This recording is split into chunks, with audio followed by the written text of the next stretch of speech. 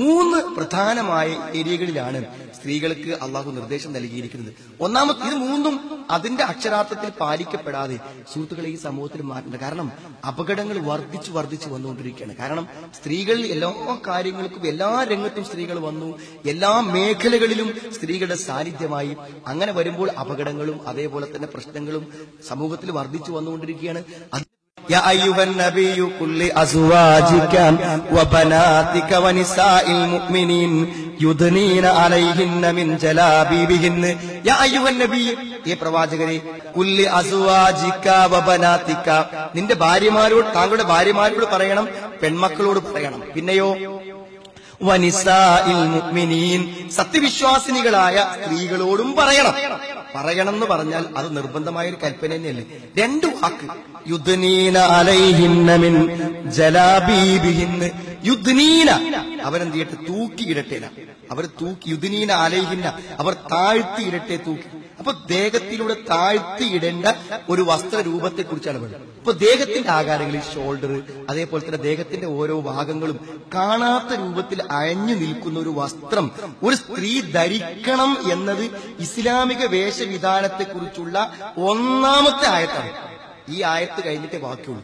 ഇസ്ലാമിൽ എന്ത് വേഷം ധരിക്കണം എന്നതിന് ഇസ്ലാം ഉപയോഗിച്ച പദം യുദ്നീന അലൈഹിന്ന മിൻ ജലാബീബിഹിന്ന ഒരു മൂടു പടത്തെ അല്ലെങ്കിൽ ഒരു മേലങ്കി മുകളിൽ ധരിക്കുന്ന ഒരു വസ്ത്രത്തെ അവർ ദേഹത്തുകൂടെ തൂക്കിയിടട്ടെ, ദേഹത്തുകൂടെ താഴ്ത്തിയിടട്ടെ എന്നാണ് പറഞ്ഞിട്ടുള്ളത്.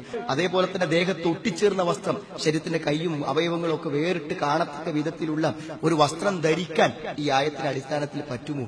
അതേപോലെ തന്നെ സൗന്ദര്യം പ്രകടിപ്പിക്കത്തക്ക വിധത്തിൽ അതിന് പ്രകടമായി മറ്റവർക്ക് കാണാവുന്ന ഒരു വസ്ത്രം ധരിക്കാൻ പറ്റുമോ? പറ്റില്ലെന്നാണ്.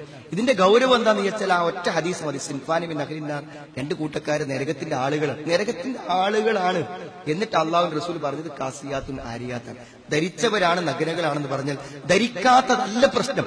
ഇസ്ലാം എങ്ങനെ ധരിക്കാൻ പറഞ്ഞോ ആ അടിസ്ഥാന വസ്ത്രങ്ങളെ സ്വീകരിക്കുന്നില്ല എന്നതാണ് അടിസ്ഥാനപരമായ പ്രശ്നം. ശല്യപ്പെടുത്തപ്പെടാൻ പറ്റാത്ത ഒരു വസ്ത്രം. എന്നിട്ട് ഈ വസ്ത്രത്തിന്റെ രൂപം പറഞ്ഞിട്ട് അള്ളാഹു അതിന്റെ പ്രയോജനം പറയാണ്,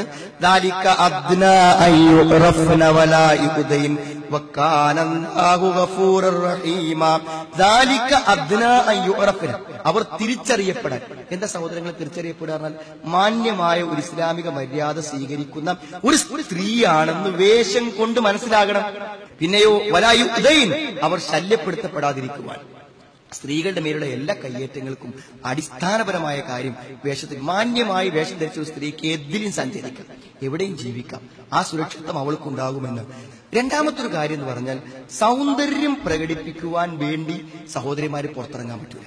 വഖർന ഫീ ബുയൂതികുന്ന വലാ തബറജ്ന തബറുജൽ ജാഹിലിയ്യത്തിൽ ഊലാ. വഖർന ഫീ ബുയൂതികുന്ന നിങ്ങൾ നിങ്ങളുടെ വീടുകളിൽ അടങ്ങിയിരിക്കണം. ഇത് ഖുർആന്റെ ആയത്താണ്. ഇതിന് വേറെ അർത്ഥമൊന്നും വെക്കാൻ പറ്റില്ല. നിങ്ങൾ നിങ്ങളുടെ വീടുകളിൽ അടങ്ങിയിരിക്കണം. വലാ തബറജ്ന തബറുജൽ ജാഹിലിയ്യത്തിൽ ഊല. ആദ്യ അജ്ഞാത അറിവില്ലാത്ത കാലഘട്ടങ്ങൾ ജാഹിലിയ കാലത്തെ പോലെ സൗന്ദര്യം പ്രദർശിപ്പിച്ചുകൊണ്ട് നിങ്ങൾ പുറത്തിറങ്ങാൻ പാടില്ല എന്ന് പറഞ്ഞാൽ ഒരു സ്ത്രീക്ക് സൗന്ദര്യത്തോടുകൂടെ സൗന്ദര്യം പ്രകടിപ്പിക്കുക എന്ന മനസ്സോടെയും വേഷവിധാനത്തോടെയും പുറത്തിറങ്ങാൻ പറ്റൂല എന്ന്. ഒരു സ്ത്രീക്ക് പുറത്തിറങ്ങാൻ പറ്റൂലേ?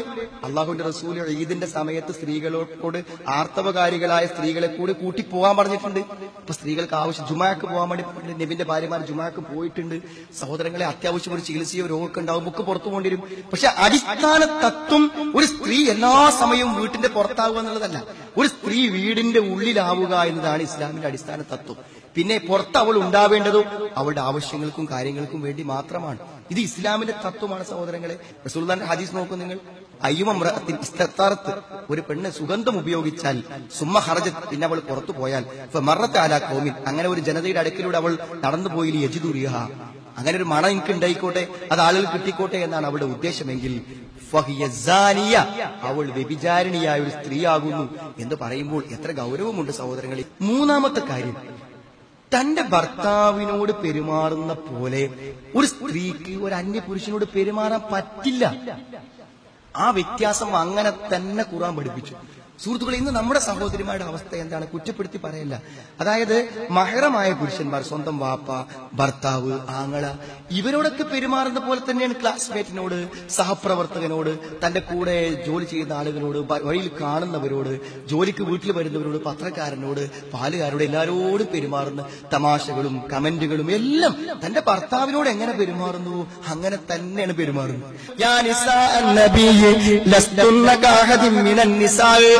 പ്രവാചകന്റെ ഭാര്യമാരെ, നിങ്ങൾ മറ്റു സ്ത്രീകളെ പോലെയല്ല. ഇനിത്തക്കൈത്തുന്ന, നിങ്ങൾ സൂക്ഷ്മത പാലിക്കുന്നവരാണെങ്കിൽ നിങ്ങൾ ഒരിക്കലും മറ്റുള്ള സ്ത്രീകളെ പോലെ ആകാൻ പറ്റില്ല. ഇത് പ്രവാചകന്റെ ഭാര്യമാർക്ക് മാത്രമുള്ള അല്ല സഹോദരങ്ങളെ, മുഴുവൻ സ്ത്രീകൾക്കുള്ള നിർദ്ദേശമാണ്. ഫലാ തഖ്ലഅന ബിൽ ഖൗൽ, നിങ്ങൾ താഴ്മയോടുകൂടെ സംസാരിക്കുക. താഴ്മയോടെ സംസാരിക്കുന്ന ഒരു പതിഞ്ഞ സ്വരത്തിൽ, ഒരു സ്ത്രീത്വത്തിന്റെ ഒരു അവസ്ഥ പാലിച്ചുകൊണ്ട് അങ്ങേയറ്റം ആകർഷണീയമായ സംസാരം. ഒരു സ്ത്രീക്ക് തന്നോട് ഇനിയും സംസാരിക്കണമെന്ന് മറ്റൊരാൾക്ക് ആഗ്രഹമുണ്ടാകുന്ന രൂപത്തിലുള്ള സംസാരം സംസാരിക്കാൻ പാടില്ല. എന്നിട്ട് അല്ലാഹ് പറഞ്ഞു, ലൈംഗികമായ സദാചാര ബോധമില്ലാത്ത ചില മനസ്സുകളുണ്ടാവും, ചില പുരുഷന്മാർ. അവർക്ക് ആ സംസാരം മാത്രം മതി. അവർക്ക് ആ സംസാരം മാത്രം. ആ സംസാരത്തിലൂടെ അപകടങ്ങൾ നിങ്ങളിലേക്ക് വരും. ഒരു വലിയ വഴിയാണ് ആ സംസാരത്തിലുള്ള, പെരുമാറ്റത്തിലുള്ള മാറ്റം. ഒരു സ്ത്രീ അവളുടെ സ്വഭാവത്തിലേക്കും ഇസ്ലാമിക സംസ്കാരത്തിന്റെ പെരുമാറ്റത്തിലേക്കും തിരിച്ചു വന്നേ പറ്റൂ. ഇപ്പൊ ഈ 3 അടിസ്ഥാനങ്ങൾ: ഒന്ന്, വേഷം, അയഞ്ഞൊരു വേഷം ധരിക്കണം. അതേപോലെ തന്നെ പുറത്ത് സൗന്ദര്യം പ്രകടിപ്പിക്കത്തക്ക വിധത്തിൽ ഒരു പക്ഷെ പുറത്തിറങ്ങാൻ പാടില്ല എന്നുള്ള കർശനമായിട്ടുള്ള വിലക്ക്. അതേപോലെ മറ്റുള്ള പെരുമാറുമ്പോഴും സംസാരിക്കുമ്പോഴും ഉള്ള കാര്യങ്ങൾ. ഈ 3 ആയത്തുകൾ സഹോദരന്മാരെ നമ്മളൊന്ന് വായിച്ചു നോക്കുകയും അത് ഉൾക്കൊള്ളുകയും അത് നമ്മുടെ ഇസ്ലാമിക സംസ്കാരത്തിലേക്ക് നമ്മൾ തിരിച്ചു കൊണ്ടുവരാൻ ശ്രമിക്കുകയും വേണം.